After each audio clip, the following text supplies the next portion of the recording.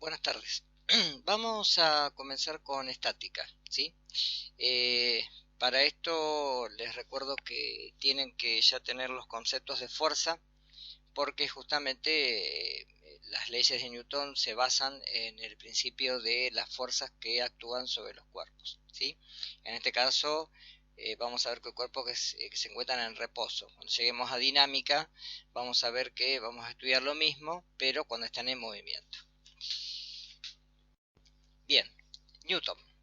Newton, junto con los científicos de la época como Copérnico, y empezaron o comenzaron a hacer justamente lo que los griegos ya habían definido como el concepto de movimiento, cómo los cuerpos se movían en el espacio y cuáles eran iniciaron el principio de cuáles eran las leyes que gobernaban justamente el movimiento de los cuerpos.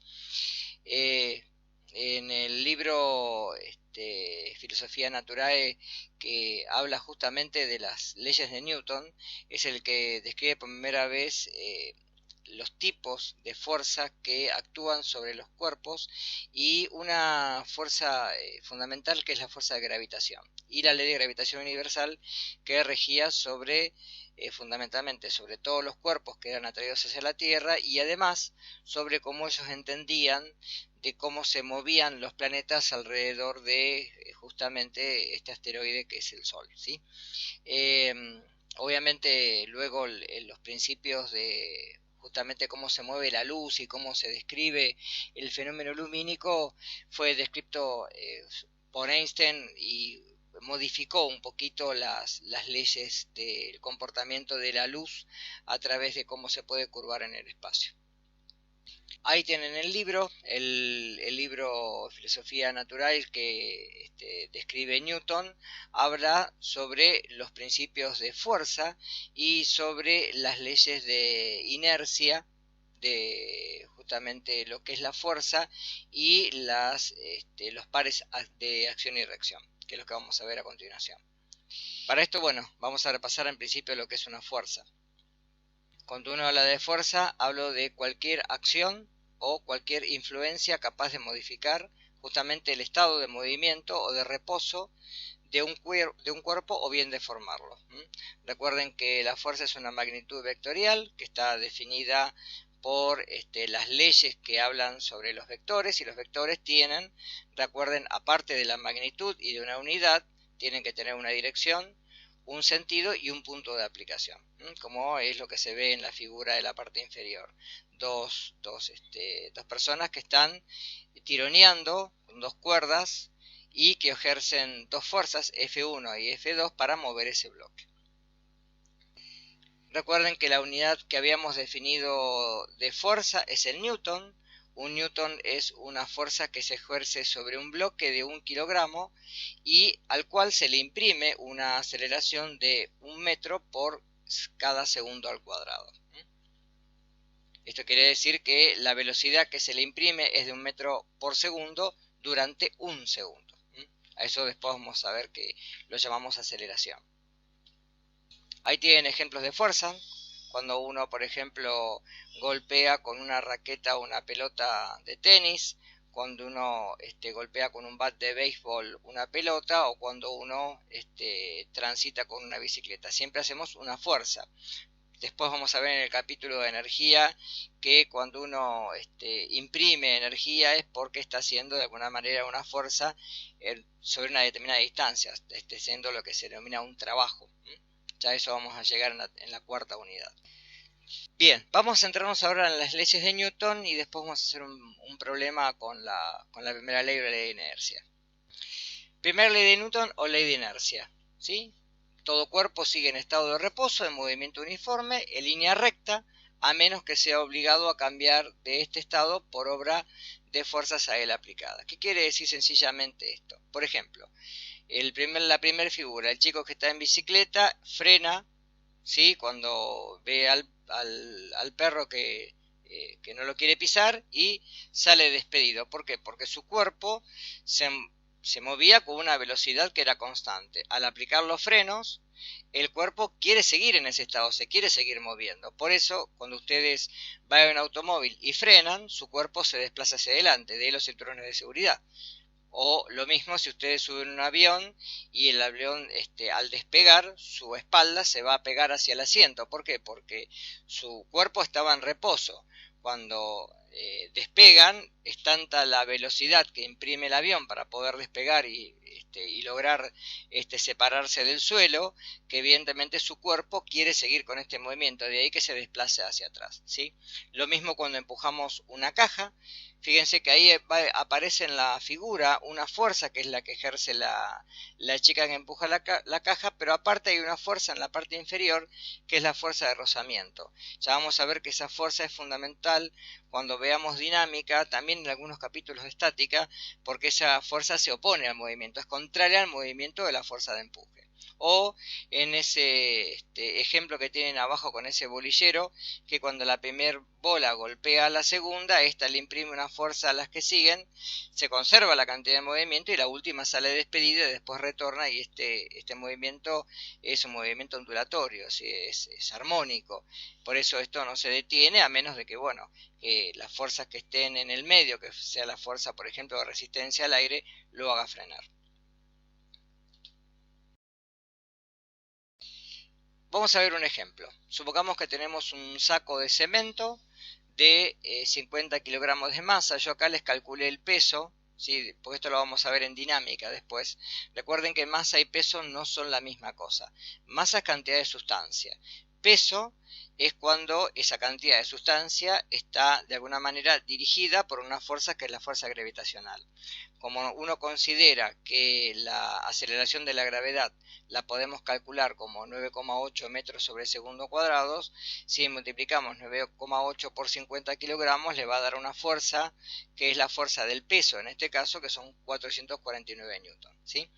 Si ese peso está distribuido con dos cuerdas que lo sostienen por ejemplo, del techo, y esas cuerdas tienen un ángulo de 60 grados y 25 grados con respecto a la horizontal.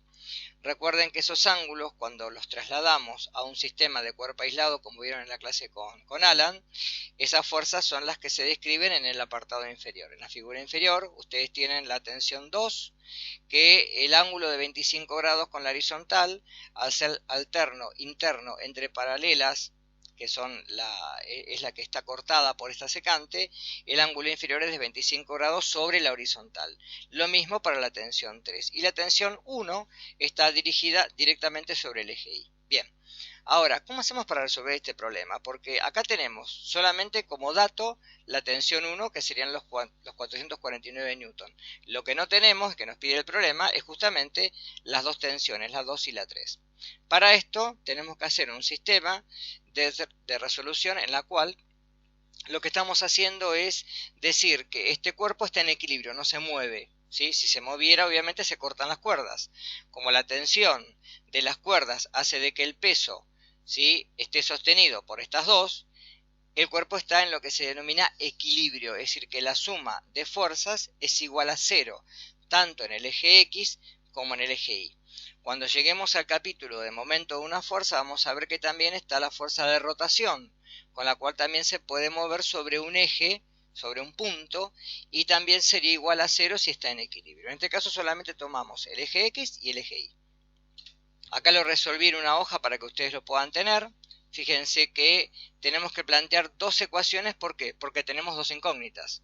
Las incógnitas son la tensión 2 y la tensión 3. Con lo cual, si como vieron ustedes en el capítulo anterior, yo descompongo, ¿sí?, la tensión 2 y la tensión 3 en el eje X y en el eje Y, me quedaría que la sumatoria de las fuerzas en X va a ser la tensión 2 por el coseno de 25 grados, menos la tensión 3 porque apunta hacia el lado opuesto por el coseno de 60, y decimos que está en equilibrio, es igual a 0. En el eje Y tenemos la tensión 2 por el seno de 25 más la tensión 3 por el seno de 60 menos la tensión 1, que como está en el eje Y no le pongo ángulo porque está directamente sobre la vertical, y esto sería igual a 0. De acá puedo despejar o la tensión 2 o la 3. Yo acá despejé la 2, pero pueden hacer cualquiera de las dos.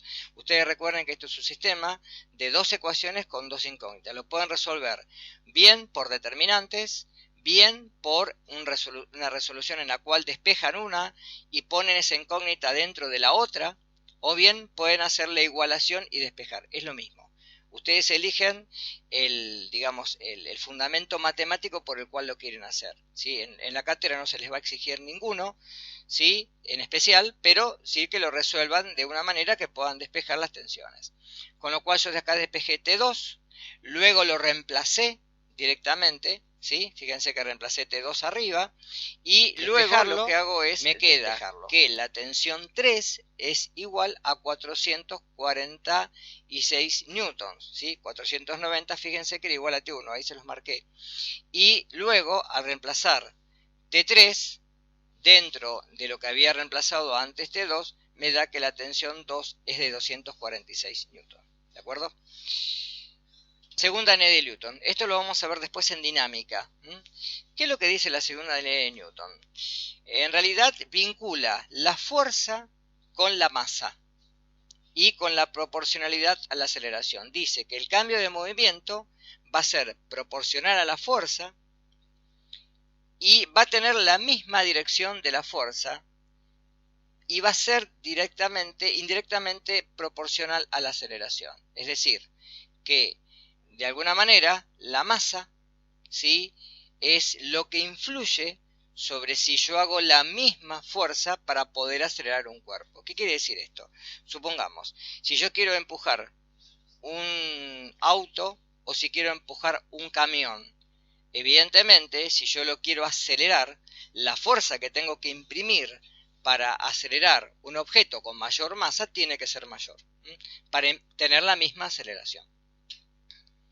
Ahí tienen, por ejemplo, si yo quiero golpear una pelota de golf, no es lo mismo que con el mismo palo de golf querer empujar el camión, ¿sí? La fuerza evidentemente tiene que ser mucho mayor porque la masa es mucho mayor.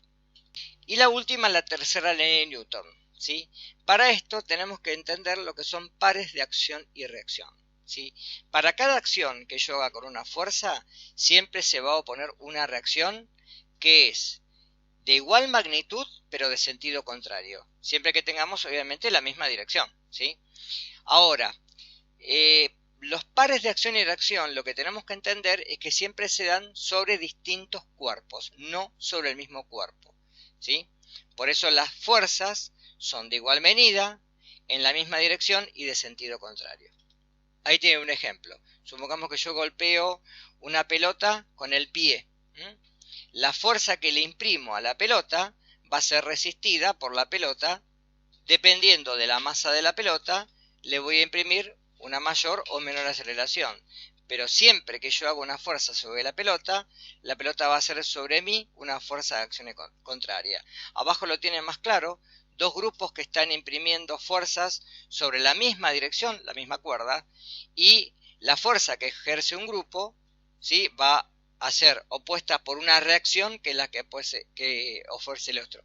Imagínense que si la cuerda se corta, ¿sí?, los dos grupos van a salir despedidos. ¿Por qué? Porque ya ahora la dirección que era la cuerda ya se cortó, con lo cual ahora los pares de acción y reacción ya no existen. En la parte superior derecha tienen, por ejemplo, la fuerza que ejerce el cohete sobre el piso, sobre digamos, el cemento, para poder ascender, con lo cual de alguna manera la fuerza que tienen que ejercer la colisión de la propulsión tiene que ser contraria para poder de alguna manera ejercer la navegación, en este caso aérea. Bueno, van a tener el primer seminario, el segundo seminario, perdón, que es de fuerzas, primero de física en realidad, ¿sí? Y van a tener este jueves, recuerden, otra clase con Alan para poder despejar las dudas en cuanto a los seminarios, ¿sí? Recuerden que se encuentra siempre el foro de consultas, no envíen mensajes por mensajería, solamente por los foros para poder tener una comunicación, y siempre recuerden mirar o ver los mensajes de los participantes anteriores. ¿Por qué? Porque justamente si uno hace una pregunta, se responde una vez y se considera que esa pregunta, si es la misma que hizo participante, nosotros les vamos a poner que ya está, la respuesta está incluida en un apartado anterior, ¿sí? Bien, bueno.